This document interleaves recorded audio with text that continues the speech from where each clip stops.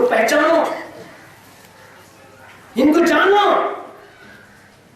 मेरे अजीज दोस्तों, हजरत मौलाना हशमत अली यूपी के रहने वाले ख्वाजा गरीब नवाज की ज़ियारत के लिए गए। बहुत पहले सालों का वाकया है, बहुत छोटे थे। आपकी एक खत जो है 4.5-5 फीट की थी, मगर इल्म का पहाड़ थे। जन्नती दरवाजा जानते हैं हम, गए हैं ना अजमेर। जन्नती दरवाजा खुलता है माह में उर्स के वक्त, और लोग जन्नती दरवाजे से दाखिल होते हैं। ये भी जाते हैं, कौन? सेंटर वाले, मरकज वाले, कहीं भी जाते हैं। हम तो हकीकत से जाते हैं, वो अदावत से जाते हैं। देखें डॉक्टर करते हैं, डॉक्टर लोग कहाँ सस्ते करते हैं, तबाह करते हैं, देखने गया है। मौलाना हशमत अली जन्नती दरवाजे से गुजरे, बहुत सारे ये खड़ा देख रहा है। हजरत जन्नती दरवाजे को गए ना, क्या मिले?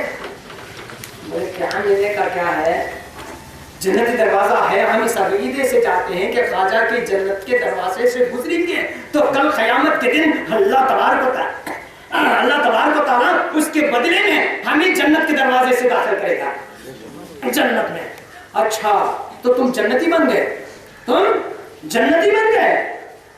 यही मेरा अकीदा है, यही मेरा यकीन है कि ख्वाजा के जन्नती दरवाजे से गुजरूं तो अल्लाह तबारक व तआला उसके बदले में अल्लाह तबारक व तआला मुझे क़यामत में जन्नत के दरवाजे से अंदर दाखिल करवाएगा। तो बड़ा एक दीवाने बने फिरते हो, आओ खरीदो खरीदो खरीदो। आया, आपके कपड़े सुनने लगा, जन्नती हो गए ना? जन्नत की खुशबू कहाँ है? जन्नत की खुशबू कहाँ है? तो बोले वो भी सुन गए। अरे है ना भाई, जन्नत की खुशबू आ रही है। क्यों झूठ बोलते हो? क्यों सुनगा आपको? जन्नत की खुशबू कहाँ है? जन्नत की खुशबू नहीं है। वो फिर सुन गए, अरे जन्नत की खुशबू कहाँ आ रही है? वो बोला नहीं, जन्नत की खुशबू नहीं आ रही है। तो बोले अच्छा, मामला समझ में आ गया। वो समझता था कि दीवाना समझता था कि लुंगी बने हुए थे मौलाना, लाठी पहने, अपना रुमाल कांधे पर डाले थे, मगर वो इल्म का पहाड़ थे। बोले यहाँ बात समझ में आ गई, मुझे जन्नत की खुशबू आती है, तुमको नहीं आ रही है। सरकार की हदीस है, जो जहन्नमी होगा वो जन्नत की खुशबू नहीं सूंघेगा। जो जहन्नमी होगा वो जन्नत की खुशबू नहीं सूंघेगा। ये औलिया कराम, उलमा कराम, अजीज दोस्तों समझो। नमाज की बात, नमाज की तबलीग करते हैं। आपकी गाड़ियां है ना, ट्यूब पंचर पड़ी तो क्या होता है? पंचर हवा मारो बगैर उस ट्यूब को, उस पंचर, उस होल को, उस सुराख जो होता है उसको बंद किए बगैर हवा मारे तो क्या होता है? इधर हवा मारो उधर, इधर हवा मारो उधर। मेरे अजीज दोस्तों, ये नगर नगर डगर डगर कलमा और नमाज की, रोजे की तबलीग करते हैं। ये नमाज खूब पढ़ते हैं, रोजे खूब रखते हैं, नगर नगर खूब घूमते हैं, गश्त खूब करते हैं, नेकियां खूब करते हैं, मगर उनके ट्यूब में गुस्ताखे रसूल का होल है। जितनी नमाजें अंदर भेजो निकल जाते हैं, रोजे भेजो निकल जाते हैं, और जिक्र भेजो निकल जाते हैं, जितनी इबादतें भेजो, अरे उस होल को बंद करो, गुस्ताखे रसूल को बंद करो। ये गुस्ताखे रसूल का होल तुम्हारी ट्यूब में है। जितनी नमाजें जाएंगे इस रास्ते से जाएंगे, उस रास्ते से निकल जाएंगे, इस रास्ते से रोजे जाएंगे, उस रास्ते से निकल जाएंगे, मगर हमारी सुन्नियों के ट्यूब में गुस्ताखे रसूल का होल तो नहीं है। मगर शैतान हवा मारने ही नहीं देता, नमाज पढ़ने ही नहीं देता। समझ में आई बात? हंसा रहा है, नमाज पढ़ने ही नहीं देता शैतान। नमाज पढ़ो, हमारे को कोई होल नहीं है, हम पंचर नहीं है। पंचर वो है, इबादत करें ठुस निकल जाता है। अल्लाह का करम है कि इनको खबर भी ना होगी, इनकी नेकियां बर्बाद हो जाएंगी। हमें हमारे ट्यूब में पंचर नहीं है। इबादत करो, खूब ट्यूब बनेगी, हवा भरेगी और गाड़ी चलेगी। तो मेरे अजीज दोस्तों, आइए हम हुजूर गौसे आज़म दस्तगीर रहमतुल्लाह अलैह की बात करते हैं। वक्त कम है, 1 बज रहा है, 10 मिनट है, ऐसा चले कुछ लेट कर सकते हैं। आधा घंटा बाद में रख देंगे। डेढ़ के बाद रख ली मेरे आज़ान, 12:15 को डेढ़ के बाद रख ली। 1:15 सवा एक की बस होता है। डेढ़ बजे कर लो। ये मरवा खूब शौक से, ज़ौक़ से, मोहब्बत से गुंबद-ए खज़रा का दिल फरेब नजारा लिए हुए सरकार दो जहां सल्लल्लाहु अलैहि वसल्लम के दरबार में दुरूद शरीफ का हदिया पेश करें। अल्लाहुम्मा सल्ली अला सय्यिदिना नबीना मौलाना मुहम्मद व अला सय्यिदिना मौलाना मुहम्मद वसल्लम। मेरे अजीज दोस्तों, दुरूद पढ़ने वाले से आप देखें, इन्नल्लाह व मलाइकतहु यसल्लूना अलन नबी या अय्युहल्लज़ीना आमनू सल्लल्लाहु अलैहि वसल्लम तस्लीमा। इसका सीधा सादा तर्जुमा है कि बेशक अल्लाह और उसके फरिश्ते दरूद भेजते हैं तुम्हारे नबी पर। ऐ ईमान वालों, तुम भी दरूद और सलाम भेजो, दरूद और सलाम भेजो। जितना जैसा कि सलाम भेजने का हक है वो भेजो।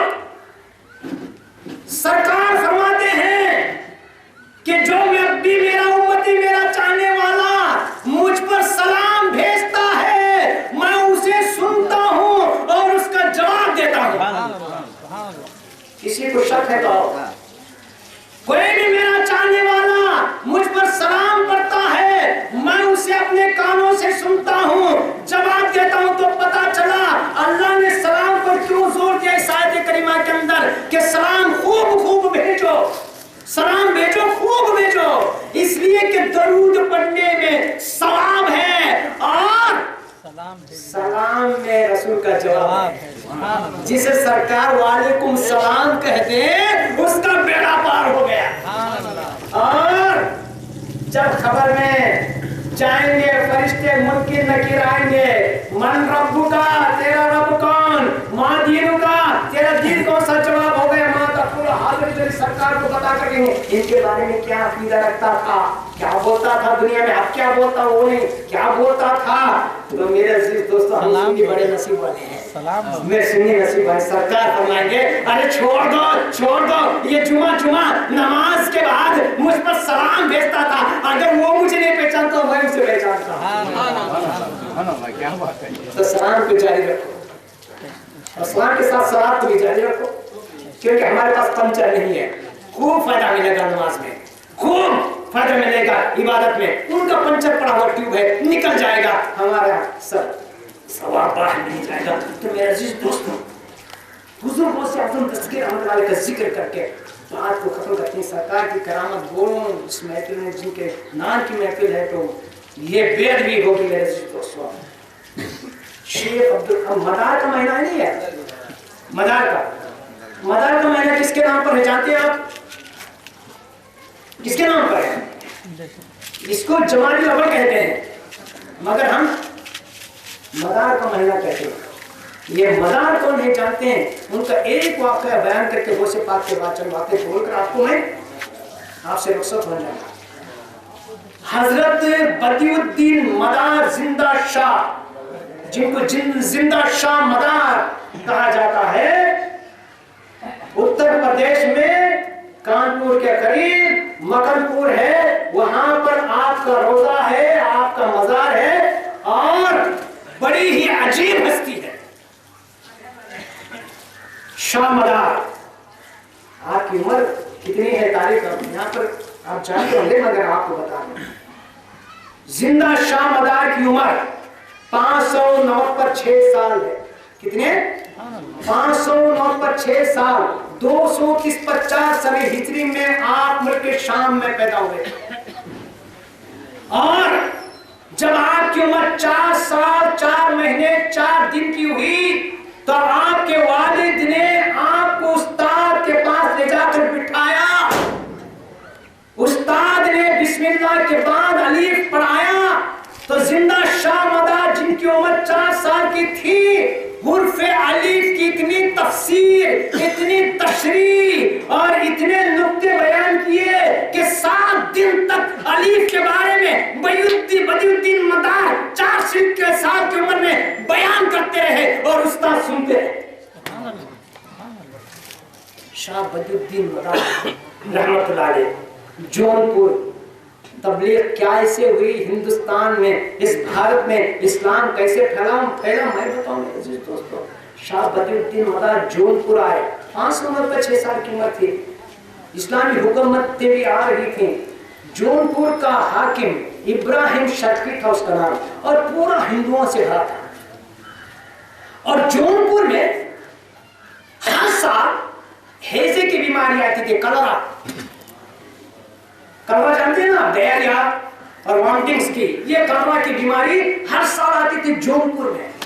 जब शाह बदरुद्दीन मदार जौनपुर के करीब मकनपुर में तशरीफ फरमा थे तो लोग आपके पास आए, हिंदू भाई आपका चर्चा सुनकर, आपकी करामतें सुनकर हिंदू भाई आए, गौर से सुनो, शाह बदरुद्दीन मदार की ये जिंदा करामत है। आकर बोले आप दुआ कीजिए, हर साल हमारे शहर से, जौनपुर गांव से लाशें इतनी निकलती, रोजाना 20-25 लाशें निकलती हैं, हम जनाजे ढोते ढोते, उठाते उठाते जो है थक जाते हैं। तो आपने एक शर्त रखी। कौन? शाह बदरुद्दीन मदार, जिंदा शाह मदार ने।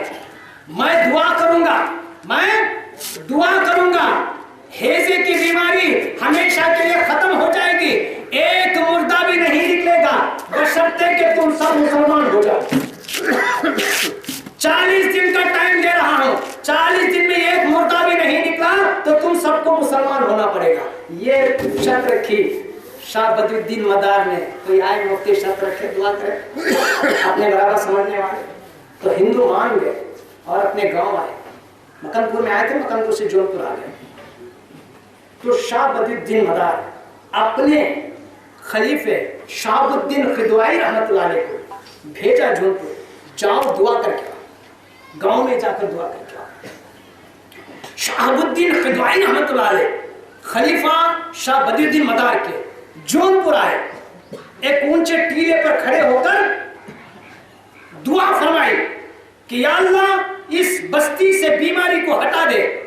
दुआ करते रहे, एक आग का गोला उस बस्ती से उठा, तारीख में है, किसी को शक है तो आइए मैं आपको बताता हूं। एक आग का गोला उठा, वो गोला बढ़ता बढ़ता आता आता शहाबुद्दीन खिदवाई रहमतुल्लाह अलैह के करीब आ गया और आपने उस आग के गोले को निगल लिया, उस आग के गोले को निगल लिया और आ गए। उस दिन से हैजा बंद, कलरा बंद, एक भी मौका नहीं हुआ। अब हिंदू परेशान, 40 दिन में कोई मुर्दा नहीं निकला तो सब गांव के गांव मुसलमान होना शर्त है ना। तो क्या करें, 30 पर 9 रोज गुजर गए, एक दिन बाकी है। अगर आज मुर्दा नहीं निकला, 40वें दिन मुर्दा नहीं निकला तो सबको मुसलमान होना है। तो उस जौनपुर बस्ती में पंडित भीगा और पंडित गोपाल, पंडित भीगा और पंडित गोपाल, ये दोनों बड़े पाए के पंडित थे, संस्कृत जानते थे, ये बड़े आलिम थे हिंदू मजहब के, हिंदू मत के। उनके पास आए, बोले कि तुम दोनों जाओ समझाओ, अब 40 दिन हो गए तो हम सबको मुसलमान होना पड़ेगा। तो बोले क्या समझाए? तो सबने एक मशवरा किया कि आज 30 पर 9वां दिन है, एक दिन बाकी, किसी बुढ़े को मार देते, किसी बुढ़े को मार देते हैं और एक मुर्दा निकला तो शर्त कायम नहीं रहेगी। बोलेंगे कि एक मुर्दा निकला है, अब हम मुसलमान नहीं होने की जरूरत नहीं है, बुढ़े को मार देते हैं।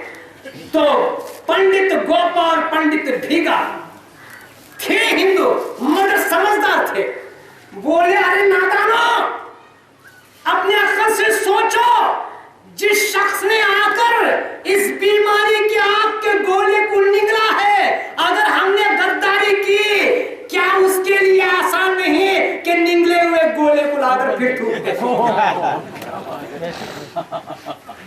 परेशान हो गए, बोले हिंदुओं से दोनों कौन, पंडित गोपाल और पंडित भीगा, चलो तुम ठहरो हम जाते हैं। आए मकनपुर।